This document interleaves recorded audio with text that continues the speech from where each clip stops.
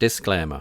This episode is without prejudice and delves into the persistent issues of HIV/AIDS discrimination, a topic I have extensively covered for a number of years across these platforms due to its profound public interest. The information presented is drawn from publicly available records of an official employment tribunal hearing where workplace discrimination cases are openly examined in public by a judge. This ongoing concern is closely linked to recent campaigns I have supported, including an official UK government petition aimed at improving HIV information and education in response to HIV discrimination. By sharing these verified legal accounts, the intention is to shed light on the continuing injustices faced by those, including myself, living with HIV/AIDS, and to emphasise the urgent need for sustained advocacy, legal challenges, and workplace reforms to comply with existing laws and protections and HIV/AIDS as a legal disability. There is no financial gain from sharing this insight or this episode, and these channels are aligned with my work around HIV/AIDS discrimination, and collectively I share such with a view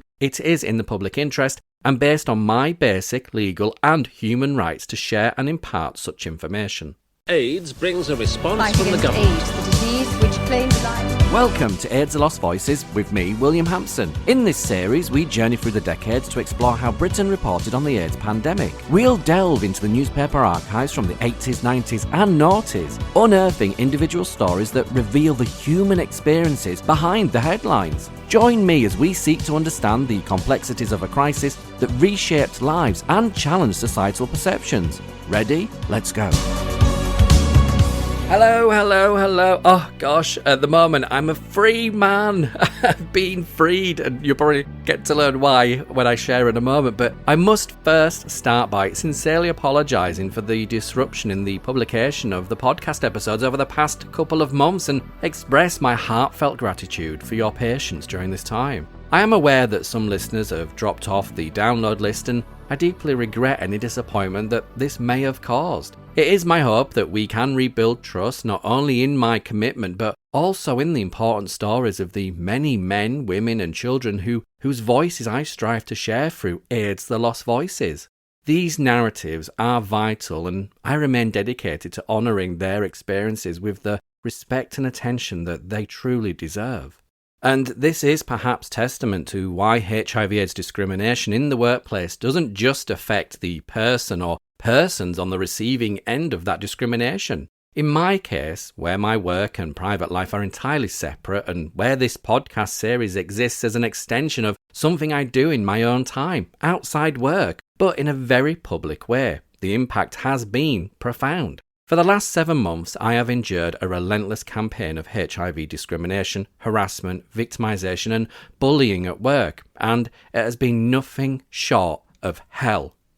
However, the repercussions extend beyond me alone. The time and energy I have had to devote to raising concerns, making court applications and defending myself have inevitably affected you, the listeners, and those who themselves face the same HIV/AIDS stigma, discrimination and isolation by preventing me and or delaying me from working on podcast episodes.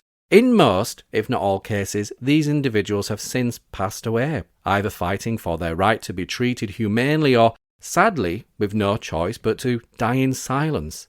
This really underscores the urgent need for greater awareness, support and action against workplace HIV discrimination connected to HIV and AIDS, and this is why I am about to document and share my experiences with you on this podcast. Now, it should never be the case, but it is well known amongst us that those who raise concerns in the workplace, as I did, frequently become targets themselves. They find themselves caught up in disciplinary procedures designed to isolate and push them out, simply for being perceived as a troublemaker. I was no exception, because in January 2025, I had cause to submit a claim to the Employment Tribunal for HIV discrimination against my employer. Following this, I was subjected to an unfounded and baseless disciplinary process, which wasn't a surprise, which culminated in my dismissal on Wednesday, the 25th of June, 2025. Those advising me are confident, as am I, that this action was taken in retaliation for my protected act of making a legal claim to the Employment Tribunal for HIV/AIDS discrimination.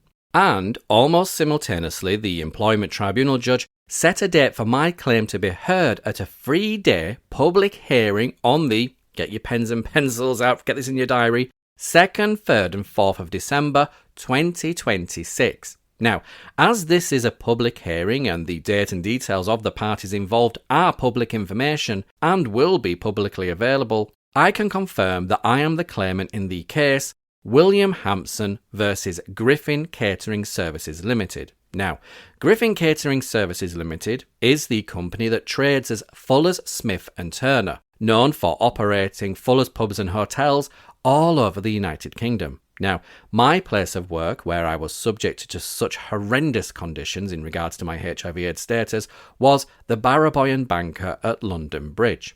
Naturally, I am unable to discuss the specifics of my claim, but what I can share is that although it was never my intention and it saddens me greatly that we find ourselves in this position, my experience of HIV/AIDS discrimination must be told alongside those that I have covered in my previous podcast episodes on AIDS the Lost Voices. Living and working with HIV/AIDS in 2025 remains eerily reminiscent, especially in this circumstance, of 1985. Nothing has truly changed, and attitudes persist in the same archaic and unfortunately discriminatory patterns. I feel compelled to raise the alarm that HIV/AIDS discrimination in the workplace still very much exists. Fuller's pubs, unlike many of their competitors that I have worked for, put me in the distressing position of having to disclose my HIV/AIDS status merely to ensure that they observed Section 20 of the Equality Act 2010, an observation that ultimately they ignored. This stark reality highlights that despite decades of progress in awareness and legislation, stigma and prejudice are still alive and well in workplace environments such as this. And in sharing my experience, I have already prepared 6 one-hour episodes scheduled for recording in the coming weeks, which will reveal some of the bizarre activities that I witnessed and experienced along with the discrimination itself. While not all of these incidents will feature in my legal claim, they provide a candid glimpse into the troubling environment at that pub. Colleagues and managers were frequently involved in bringing, dealing, consuming and partaking in drugs on licensed premises. There was also numerous instances of passing off alcohol, theft of both cash and stock. One particularly harrowing memory that a colleague and I are desperate to erase is a manager filleting a member of the kitchen staff on an inflatable bed in the staff room and having to rush to the aid of one colleague who tried to end their life owing to this toxic atmosphere. A stark illustration of the chaos and misconduct that permeated this workplace. Of course, these episodes cannot air while the legal action is still ongoing. However, these episodes will be uploaded and scheduled for publication following the tribunal hearing. As I recently shared, my then employers caused me to suffer 2 transient ischemic attacks, TIAs or known as mini strokes, and a minor heart attack as a result of being subjected to their continued behaviour. By uploading and scheduling these episodes in advance, I aim to ensure that, should I be subjected to similar harm again, and, in the worst case, if it proves fatal, my experiences will not go unheard. It is likely that Griffin Catering Services would prefer I succumb to AIDS-related complications before the hearing, thereby preventing their misconduct from being brought to light. Well, I've got that covered because, even in death, my voice will be heard.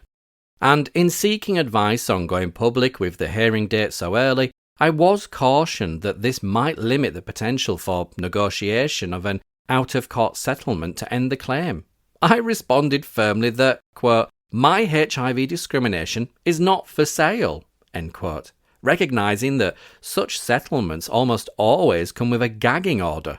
It would be a profound hypocrisy for me, having covered Todd Shuttleworth's battle against AIDS-related workplace discrimination in the 1980s on a podcast episode, to now remain silent myself. Likewise, figures such as Andrew Peters, Michael Buck and Andrew Fay and David Morgan, who were covered in an episode also, were all courageous in taking their concerns to the court at a time when legal protections were sparse or non-existent. I must follow in their footsteps, challenging this grave discrimination that has severely impacted my life and exacerbated the internal stigma faced daily by those of us who live with HIV/AIDS.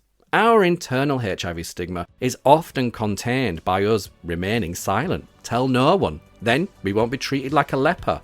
Although in this instance, my silence was forcibly stripped away, along with my dignity, contributing to the real threat of despair and thoughts of ending one's own life when your employer refuses to allow you to return to work and instead hires new people to stop you spreading the gay plague.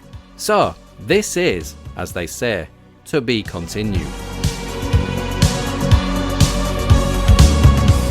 And in the interest of fairness, although the full details of Fuller's, trading as Griffin Catering Services Ltd, response to the Employment Tribunal claim cannot be disclosed in full, it is important to note that they categorically deny the allegations made against them